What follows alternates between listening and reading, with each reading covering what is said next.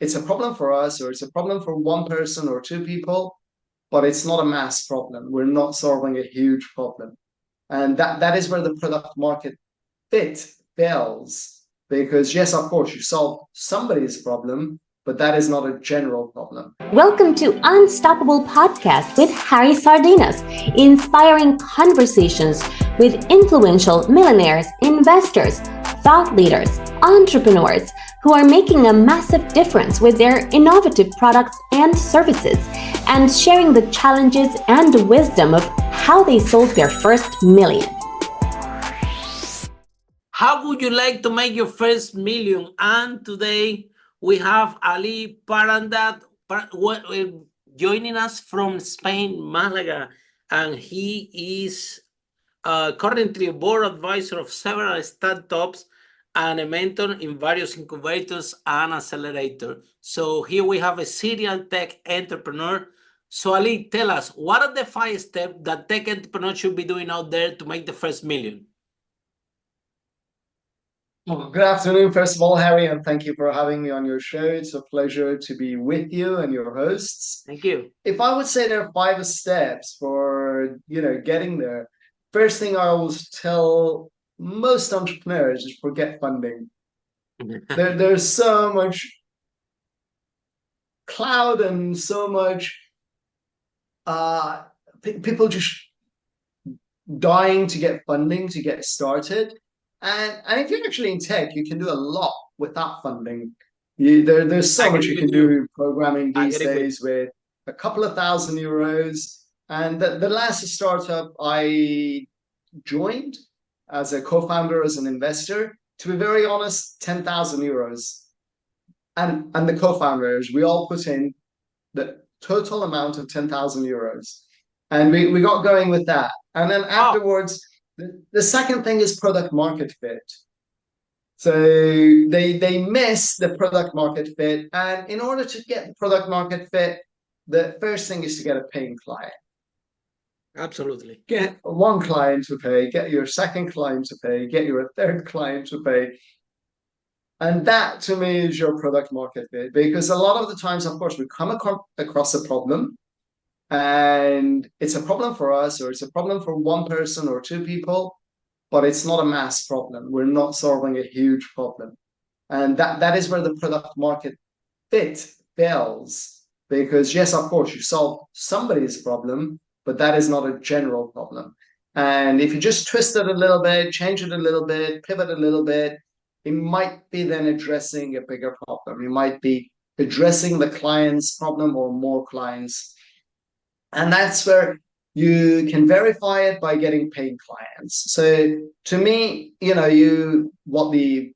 lot of the investors say, create a page, have a pay button. If they pay, then you're possibly got a paying client, but then you test it by having a minimum viable product. As I said, we did it with €10,000, and it took us a while to get it. Yeah, €10,000. We had a platform running, we had the whole thing running, and of course, the next thing is getting the marketing. The marketing is the most important part. And on the first instance, again, people are like, "Oh, we'll go Google advertising and Facebook and this and Twitter, and we'll go TV." Forget it all. Leverage your own network. Sell through your network. Beg your parents, beg your friends, beg the people you know to introduce you. And people will. People will Absolutely. always help you. So that would be for me the fourth thing, to leverage your network in order to increase your sales and get sales going within your company.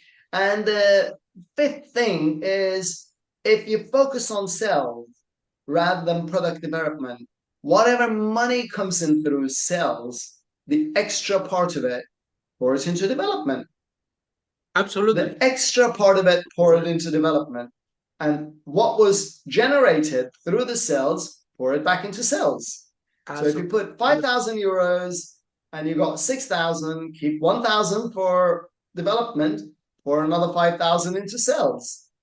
And it works, because usually your ratio should be at least 3 times. So if you put €5,000 into marketing, you should get 15,000 back.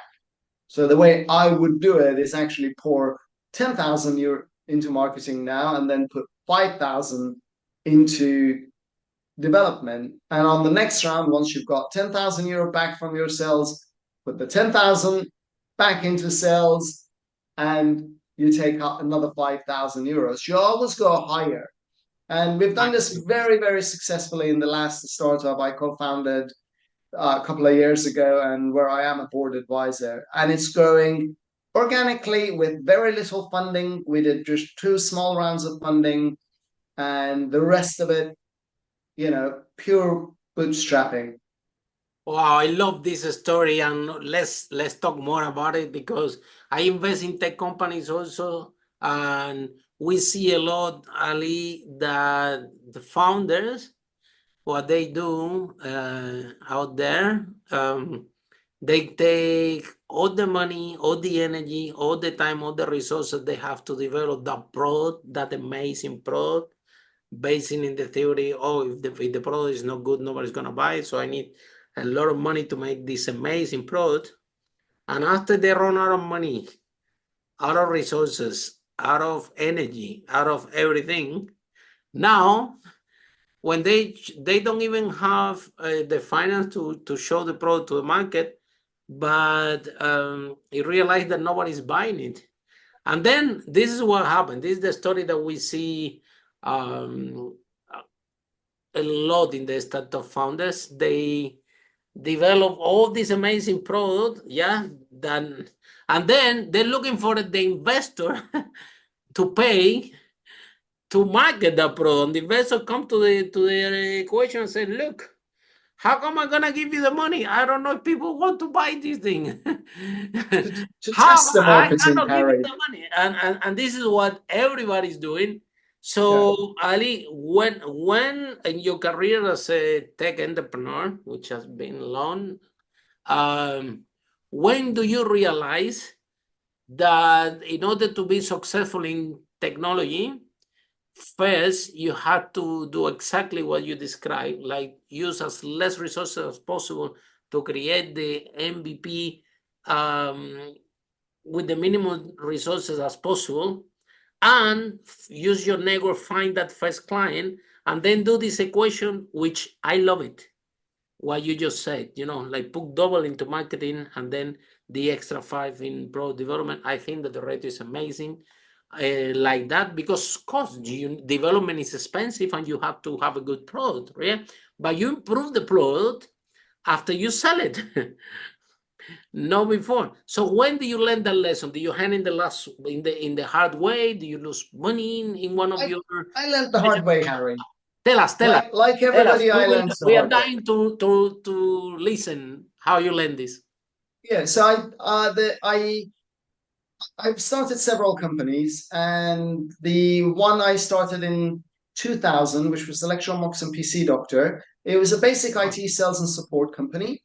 And because it was a traditional company, I didn't need to do anything different. It was not necessarily a startup, it was a traditional company. Therefore, sales and growth was very easy. There was a client need. I didn't need to define much. I went for a niche and I made very good money from it. Wow. And that company Where did was that? really In well. Spain, in London? Where was that? In UK or in Spain? No, in Spain, southern Spain. So that company did really well. And then in 2008, I came up with this idea with a software as a service. And of course, I based it on the same strategy and experience I had in the previous company or in the existing company, which had done so well. So we built the product, and I'm guilty as hell in we all having are. spent. You done it there. It's not like everybody that talk about this is because it's happened. If I tell you my story after, you will cry. What's the disaster? But go ahead.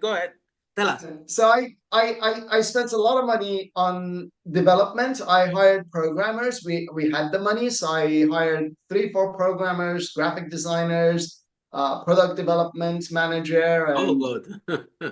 I poured money in it. I honestly poured money in it. So whatever I earned from the other company was poured into this new project. I was aware that I was actually early in the market. So that I knew that I'm early for the market, and I knew the market is not ready. My biggest I made a couple of wrong assumptions, and one of my wrong assumptions that was that the time that it would take for a market to be ready, I would then be the pioneer. What happened was that by the time the market was ready, technology had actually moved a lot. Absolutely. So our code needed upgrading, and mobiles had come into the scene, and we needed mobile app, and I had run out of money, development money. Yeah. Although I had a fully ready product, it was a fully old ready product. Because it moved fast. I miscalculated how fast the technology was moving. I miscalculated the birth of mobile apps and how much they would change the way things would work, and how we would work with everything. And of course, also I had burned through my cash pile. So when the time came and the market was ready, I didn't have the money for marketing, which is what you mentioned. Exactly. So I virtually had to sack everybody. We, declared one company bankrupt, and we restarted from zero, absolutely from zero. It was just myself, and I hired a salesman. Follow us for more interviews with world's most influential, audacious entrepreneurs that overcame challenges and adversity, providing you with the blueprint of how they sold their first million so you can grow your business exponentially.